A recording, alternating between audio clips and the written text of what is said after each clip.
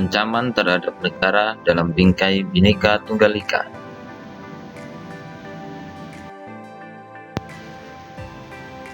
Kita harus bersyukur kepada Tuhan Yang Maha Esa bahwa dalam diri kita masih ada rasa cinta kepada negara Indonesia. Cinta kita kepada bangsa semakin hari semakin besar. Karena itu semua merupakan anugerah Tuhan yang amat besar. Setiap warga negara Indonesia harus memiliki jiwa mencintai tanah air. Jadi kita mencintai tanah air harus dibuktikan dalam kehidupan sehari-hari. Warga negara yang baik harus mencintai dan menjunjung tinggi negara Indonesia. Hal ini karena mencintai dan menjunjung tinggi negara itu sudah merupakan bagian kita sebagai warga negara Indonesia. Nah, semakin agar kita ini yakin cinta kepada Indonesia, coba kita ikuti dan kita resapi lagu Tanah Airku ciptaan Ibu Sud.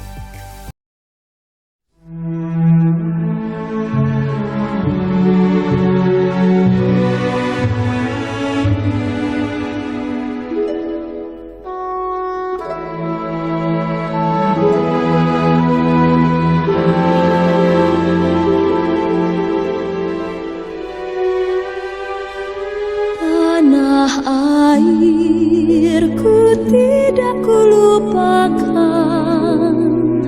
kan terkenang selama hidupku. Biarpun saya pergi jauh, tidakkan hilang dari kalbu. Tanahku yang ku cintai, engkau ku hargai.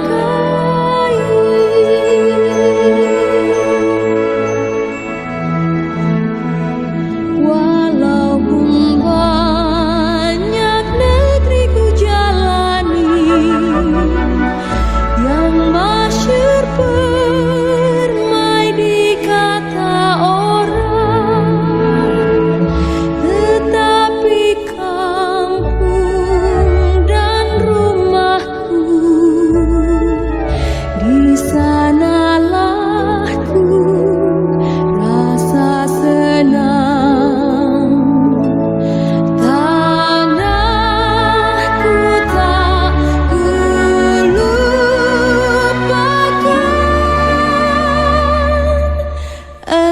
engkau ku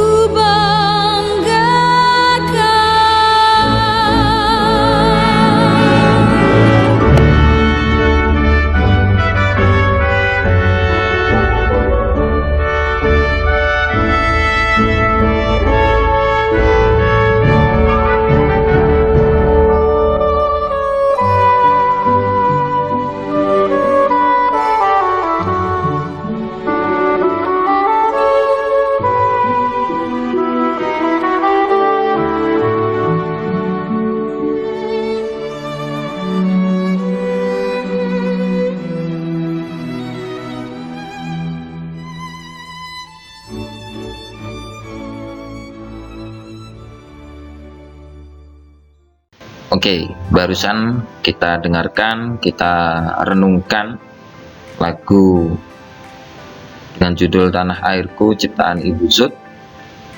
Nah, tentu kita harus tahu apa makna yang terkandung dalam lagu tersebut. Nah, tentunya kita akan menyimpulkan bahwa dalam lagu tersebut menegaskan kecintaan kita terhadap tanah air walaupun kita pergi jauh, ya.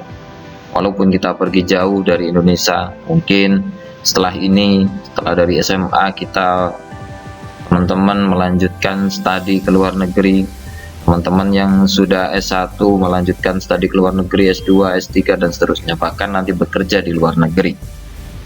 Nah, Tentunya negara Indonesia ini merupakan negara yang mempunyai pesona alam yang indah dan unik, yaitu sebagai negara kepulauan terbesar di dunia.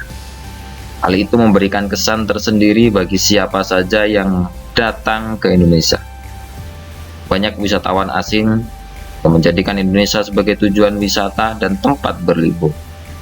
Dunia internasional mengakui bahwa Indonesia ini memiliki keindahan dan kekayaan alam yang sangat menakjubkan. Selain itu, keanekaragaman atau kebinekaan dalam kehidupan bangsa Indonesia yang meliputi kebinekaan suku bangsa, kebinekaan bahasa, adat istiadat, dan sebagainya. Ini menjadi keunggulan bangsa Indonesia sebagai bangsa yang bineka. Keanekaragaman bangsa Indonesia menjadi sebuah potensi dan tantangan tersendiri.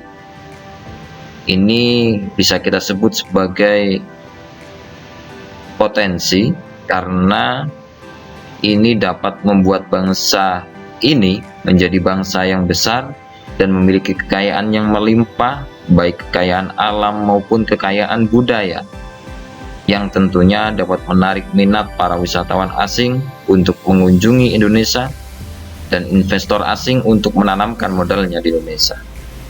Selain itu, kebinekaan bangsa Indonesia juga merupakan sebuah tantangan, bahkan menjadi ancaman. Adanya kebinekaan membuat penduduk Indonesia mudah berbeda pendapat dan mudah tumbuhnya perasaan kedaerahan yang sempit, sehingga sewaktu-waktu bisa menjadi ledakan yang akan mengancam integrasi nasional atau persatuan dan kesatuan bangsa. Oleh karena itu, semua warga negara harus mewaspadai, harus waspada segala bentuk ancaman yang dapat memecah belah persatuan bangsa.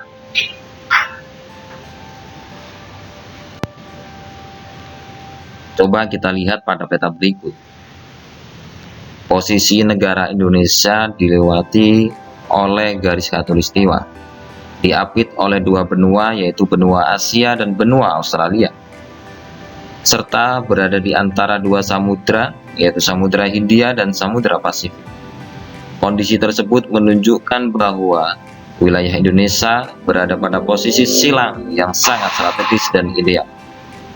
Posisi silang yang diberikan Tuhan kepada negara Indonesia tidak hanya meliputi pada aspek kewilayahan saja, melainkan meliputi pada aspek-aspek kehidupan sosial. Antara lain, penduduk Indonesia berada di antara daerah berpenduduk padat di wilayah utara dan daerah berpenduduk jarang di wilayah selatan. Ideologi Indonesia terletak di antara komunisme di wilayah utara dan liberalisme di wilayah selatan. Demokrasi Pancasila berada di antara demokrasi rakyat di wilayah utara, di Asia daratan bagian utara, dan demokrasi liberal di wilayah selatan. Ekonomi Indonesia berada di antara sistem ekonomi sosialis di wilayah utara dan sistem ekonomi kapitalis di wilayah selatan. Masyarakat Indonesia berada di antara masyarakat sosialis di wilayah utara dan masyarakat individualis di wilayah selatan. Kebudayaan Indonesia berada di antara kebudayaan timur di wilayah utara dan kebudayaan barat di wilayah selatan. Serta sistem pertahanan dan keamanan Indonesia berada di antara sistem pertahanan kontinental di wilayah utara dan sistem pertahanan maritim di wilayah barat. Sebelah wilayah barat, wilayah selatan, dan juga wilayah timur. Dengan demikian, maka posisi silang Indonesia merupakan sebuah potensi sekaligus ancaman bagi integrasi nasional bangsa Indonesia. Nah, perlu kita tahu apa sebenarnya yang menjadi ancaman bagi integrasi nasional negara Indonesia. Ancaman bagi integrasi nasional tersebut datang dari luar maupun dari dalam negeri Indonesia sendiri dalam berbagai dimensi kehidupan. Ancaman terhadap integrasi nasional. Ancaman militer. Yang pertama, pelanggaran wilayah. Pelanggaran wilayah merupakan suatu aksi atau tindakan memasuki wilayah tanpa izin, baik oleh pesawat terbang, pesawat tempur, maupun kapal-kapal perang. Contohnya, nelayan dari Malaysia yang mencari ikan di wilayah perairan Indonesia. Spionase. Spionase merupakan kegiatan dari intelijen yang dilakukan untuk mendapatkan informasi atau rahasia militer ataupun negara. Contohnya, pihak intelijen Australia yang memata-matai menteri, memata-matai presiden, dan bahkan meretas pembicaraan orang penting di Indonesia. Sabotase. Sabotase dilakukan untuk merusak instansi penting militer ataupun objek vital nasional dan dapat membahayakan keselamatan bangsa. Contohnya, gencatan bersenjata antara Korea Utara dan Korea Selatan. Aksi teror bersenjata. Aksi ini dilakukan oleh jaringan terorisme internasional atau yang bekerja sama dengan terorisme dalam negeri atau bahkan luar negeri yang berekskalasi tinggi sehingga membahayakan kedaulatan negara, membahayakan keutuhan wilayah dan keselamatan segenap bangsa. Aksi terorisme pada prinsipnya adalah suatu tindak pidana kriminal tetapi memiliki sifat yang khusus, yaitu memiliki ciri-ciri bergerak dalam kelompok, anggotanya memiliki militansi tinggi, beroperasi di wilayah tanah rahasia, menggunakan perangkat atau senjata yang canggih dan mematikan, serta umumnya terkait dalam jaringan internasional. Pemberontakan bersenjata.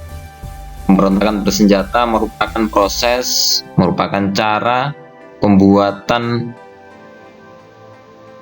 memberontak atau penentangan terhadap kekuasaan yang sah.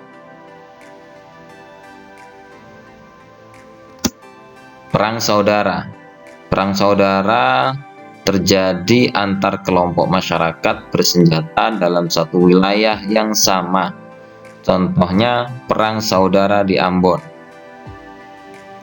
Berikutnya, ancaman non-militer. Ancaman non-militer atau nirmiliter ini memiliki karakteristik yang berbeda karena berbentuk ancaman berdimensi ideologi, ancaman berdimensi politik, berdimensi ekonomi, berdimensi sosial budaya, berdimensi teknologi informasi, dan berdimensi keselamatan umum. Ancaman berdimensi ideologi. Sistem politik internasional mengalami perubahan sejak Uni Soviet runtuh, sehingga paham komunisme tidak lagi populer. Namun potensi ancaman berbasis ideologi masih tetap diperhitungkan. Ancaman berbasis ideologi dapat pula dalam bentuk penetrasi nilai-nilai kebebasan, sehingga dapat memicu proses disintegrasi bangsa. Berikutnya, ancaman berdimensi politik. Politik merupakan instrumen utama untuk menggerakkan perang. Ini membuktikan bahwa ancaman politik dapat menumbangkan suatu rezim. Suatu rezim pemerintahan dapat dihancurkan dalam suatu negara. Masyarakat internasional mengintervensi suatu negara melalui politik seperti hak asasi manusia, demokratisasi, penanganan lingkungan hidup, dan penyelenggaraan pemerintahan yang bersih dan akuntabel. Ancaman berdimensi ekonomi. Ekonomi merupakan salah satu penentu posisi tawar setiap negara dalam pergaulan internasional. Kondisi ekonomi sangat menentukan dalam pertahanan negara. Ancaman berdimensi ekonomi terbagi menjadi internal dan eksternal. Ancaman secara internal dapat berupa inflasi, pengangguran, infrastruktur yang tidak memadai, dan sistem ekonomi yang tidak jelas. Sementara ancaman dari segi eksternal dapat berbentuk kinerja ekonomi yang buruk, daya saing rendah, ketidaksiapan menghadapi globalisasi, dan tingkat ketergantungan terhadap pihak asing. Contohnya korupsi. Ancaman berdimensi sosial budaya.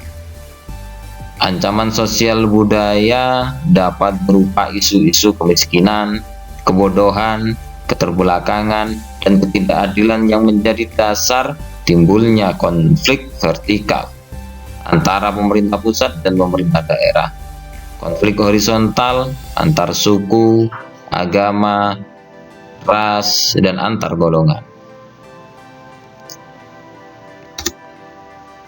Ancaman berdimensi teknologi dan informasi. Kemajuan ilmu pengetahuan dan teknologi sangat pesat dan membawa manfaat yang besar bagi masyarakat. Tapi kejahatan mengikuti perkembangan tersebut, seperti kejahatan cyber dan kejahatan perbankan serta penipuan. Ancaman berdimensi keselamatan umum.